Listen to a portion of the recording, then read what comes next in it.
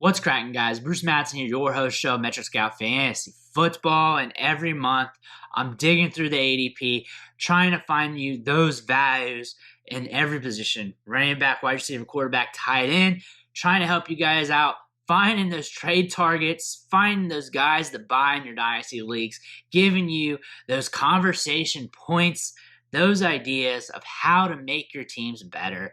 Every month comes out a different video of how or what players to buy on. I try to switch up these players from time to time. That way you have different players to focus on each month and choose which ones are best for you. I have 3 wide receivers I'm going to talk about today who could be good gets for you in Dynasty. One's going to be super cheap. One's going to be okay price point. Other one's going to be kind of expensive. That way, I'm all over the spectrum for you guys, giving you a good range of outcomes for whatever you want to do. A lot of people watch this channel, and I want to be able to help a little bit of everybody, a little bit of somebody. So with that being said, here are 3 wide receivers that you can buy right now in Dynasty Fantasy Football.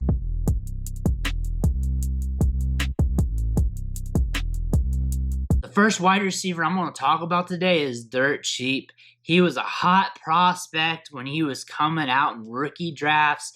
Last year, there was a lot of anticipation. We thought he was going to take a step forward. He had a new quarterback, new system, a lot of changes. Plus, it was his second year in the league. So that second year leap, a lot of people were hoping to have. He was at a little bit of a discount for his talent. Situation has changed for him.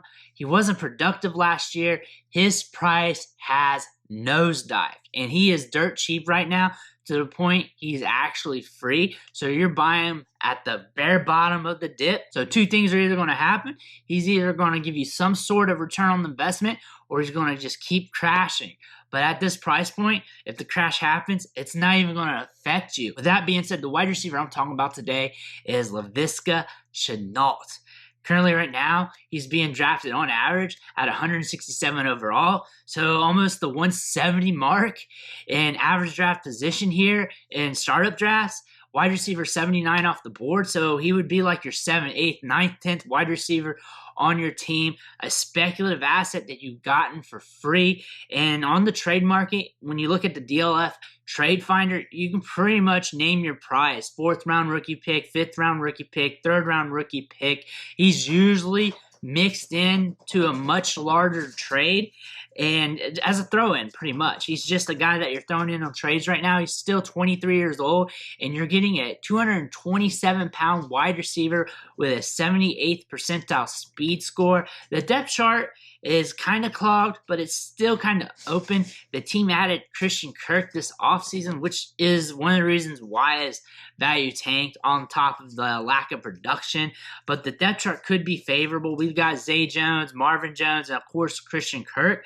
So if he does take a step forward in his development, if the new coaching staff sees something in him during training camp, or they want to use him a little bit more, or attrition starts to hit, we could see him provide some production.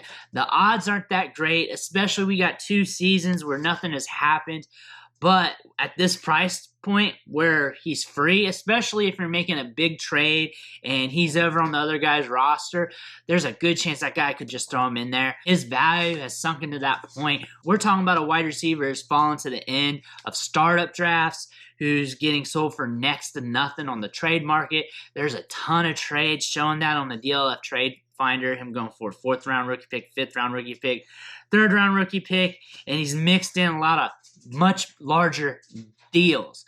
Am I buying him at all?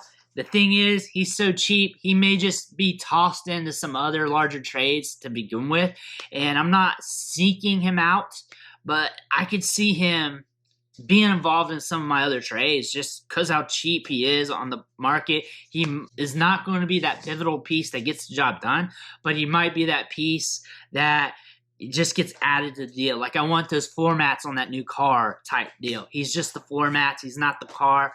But if he gives me a value more than the wide receiver 8 on my team, I'm happy about that. If I can plug him in a couple starts, that's good. Or if he gets traded and sees an increase in value, that's very good as well.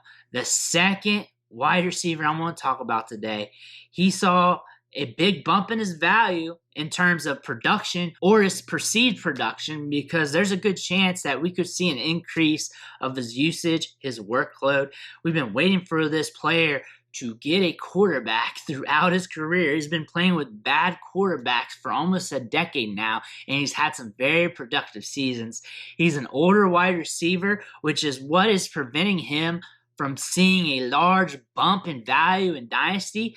But overall, when you look at his situation, you look at his talents, you know that there could be something here. The price tag's still a little hefty, but when you look at the potential, especially for this year and next year, that's something you may want to buy in on.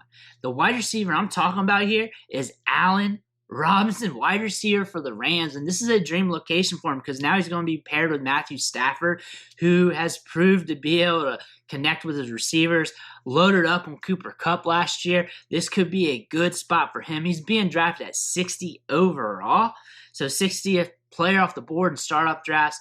Wide receiver 31 off the board. Trade value, though, is where we're seeing the big gap here. You look at the DLF trade finder, you're seeing some deals where he's going for an early to mid second round rookie pick, which is dirt cheap, especially when you look at the quality of players in this draft. There's a big drop off in the second round. If some of your guys aren't there in the early part of the second round, you may want to look at Allen Robinson. You may want to take on this production.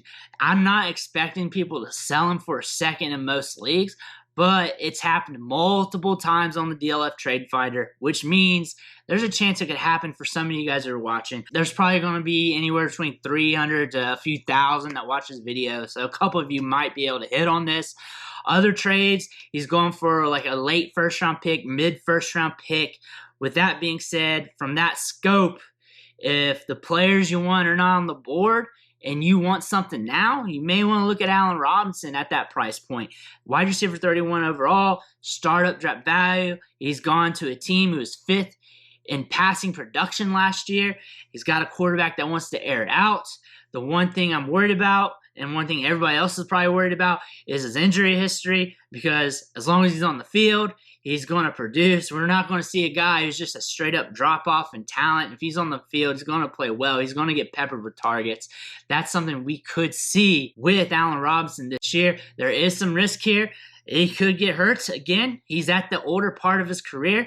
That could kill his value and his production, and we're banking on production because that value is just going to trickle downward as we get further in his career. It's not going to spike up.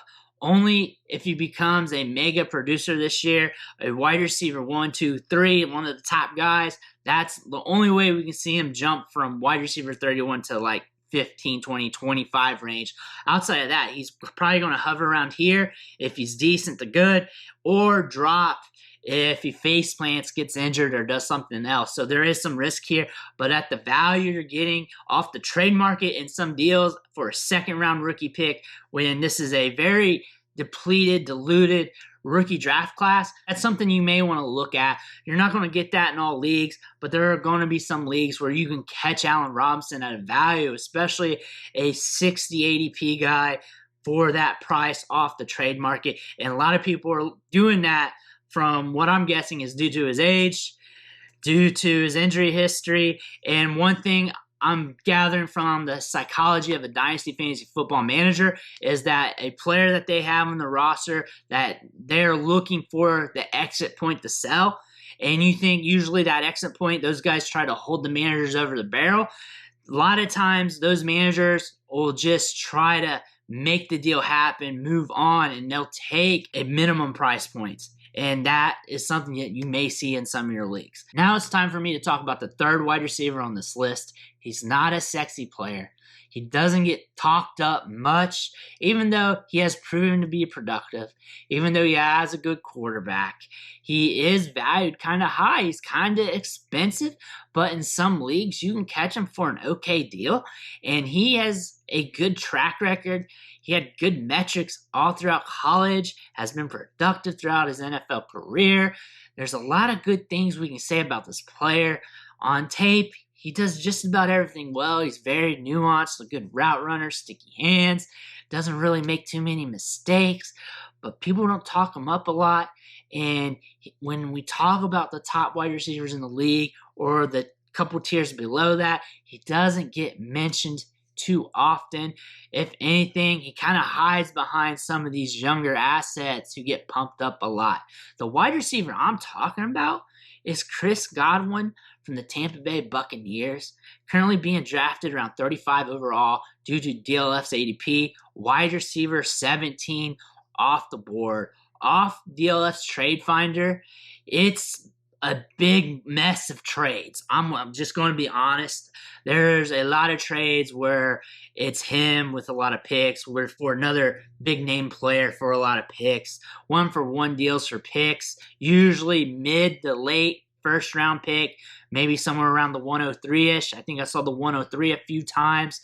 Really, if you're not into this class, if you're scared about some of these rookies or your favorite rookies got sniped and you can't draft them and you're in the first round and you don't like anybody who's on the board and you want to trade out, maybe try for Chris Godwin. Maybe take that opportunity. Maybe you can get it done. Probably not, but it's happened. It's happened for some people, multiple people, so it could be in the cards for you. Last year, he caught 98 balls for 1,103 yards and 5 touchdowns. He's coming back from a knee injury, but he got signed to a 3-year, $60 million deal, so the Bucs feel good about him. He had 5 wide receiver 1 weeks, 2 wide receiver 2 weeks, so he's been productive, had a good steady baseline there, and only had 3 games where he produced wide receiver 4 numbers or worse, so the downside's not too bad. I think Chris Godwin could be a buy for you this offseason in some of these leagues. There's other leagues where he's looked at as the top asset in his manager's wide receiver core, and you're probably not going to get a favorable deal headed your way. However, if you're on the clock and winning rookie drafts and you get sniped, you don't like what's on the board, this could be a player you could look at. This could be a player you can sneak off the waiver wire. You could trade off an asset that's heavily valued, a running back that you feel like that's going to fall off next year or two, or some picks or whatever. You make the package happen if you want Chris Godwin, if you need another receiver. But he's an idea that you may want to think about buying. He's expensive. He's not cheap. But for the price tag you're getting in startup drafts, he's a little bit cheaper on the trade market compared to the price tag that you're paying in startup drafts. In some leagues, not all leagues, he's a little bit cheaper on the trade market. That's probably the best way to get him. Startup drafts, he's still a little bit expensive, but once we get through that part of the draft, the wide receivers start to clear out a little bit. He may be a guy you want to look at anyways. But let me know what you think about these wide receivers. Who else are you buying this month? I'm going to come out with another buy piece on these wide receivers in about a month or so once ADP drops. So you may want to hit that subscribe button on the way out. That way you don't miss a show. It also fuels me to keep pumping out this content, helping you guys out with your Dynasty teams and everything else. If anything, I'm just sharing philosophies with you guys, and we're all hanging out in the comments together. I want to thank you again, and I'll catch you next time.